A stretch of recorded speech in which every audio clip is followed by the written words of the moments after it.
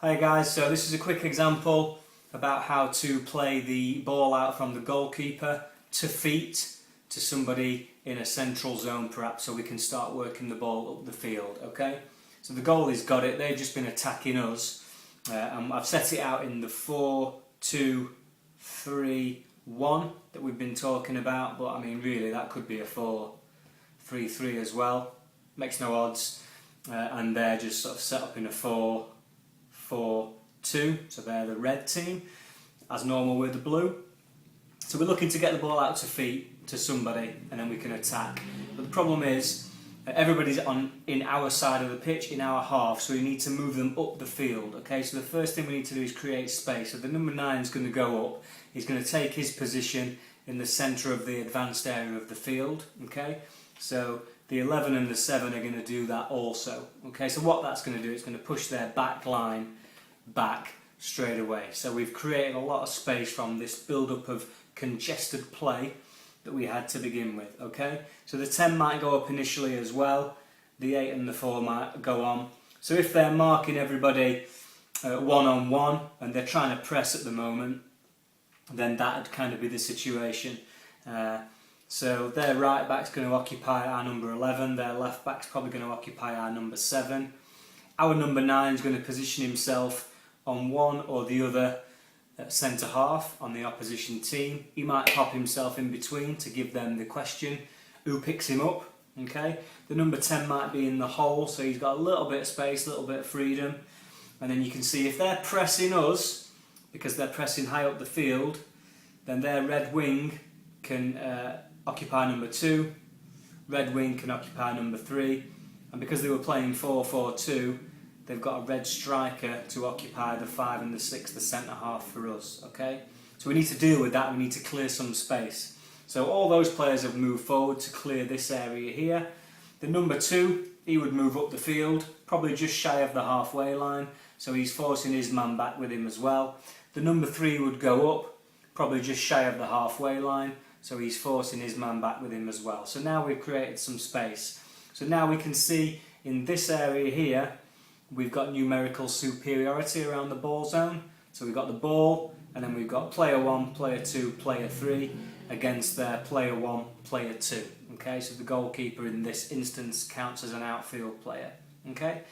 Now at the moment, if the centre halves are quite close together, what really Rob needs to be able to get the ball into a zone somewhere here, okay, in the middle of the field, and then whoever receives it here can start looking that way and building the play.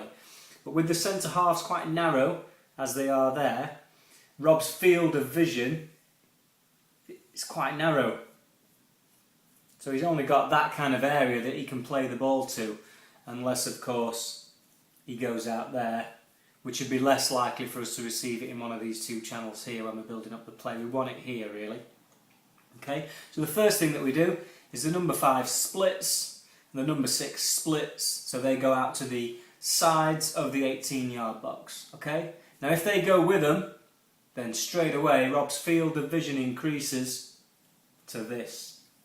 So now Rob's got this whole area where he can play the ball, and crucially we've opened up this area, this box, and we've opened up this area for him to play the ball into. Now he didn't have that available to him before, so that's a key thing there.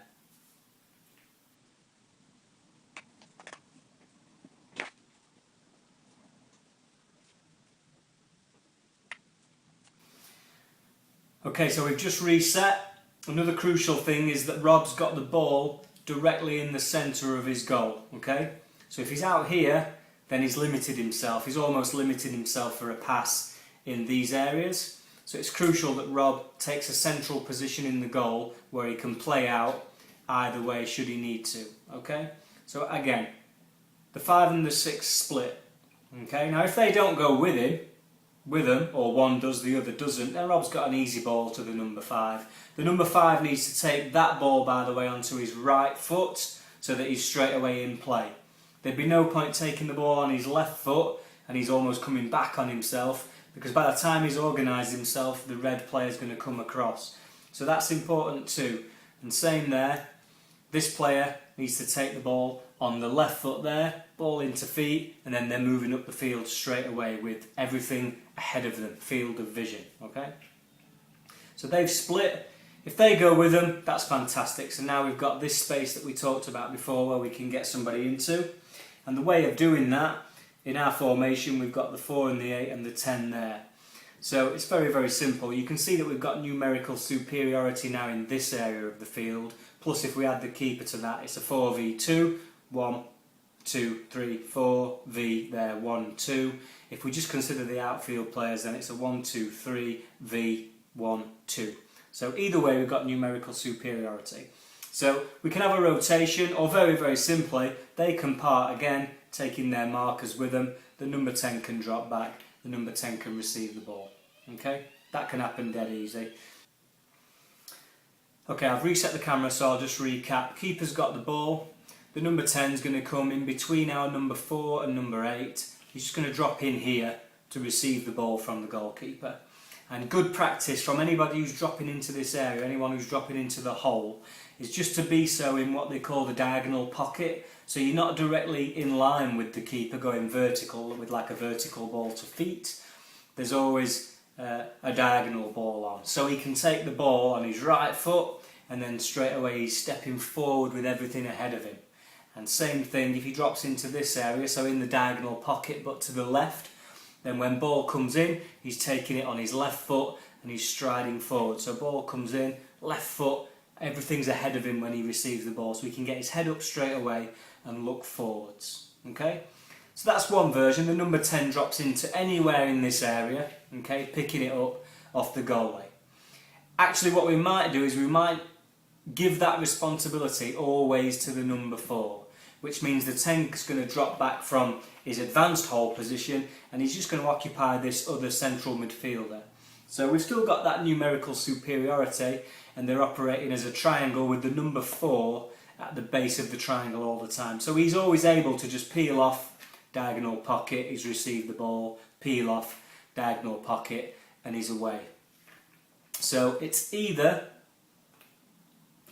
the 10 drops back to receive it, or the 10 occupies this man and the 4 drops back to receive it. Or what we could get is we could get a rotation.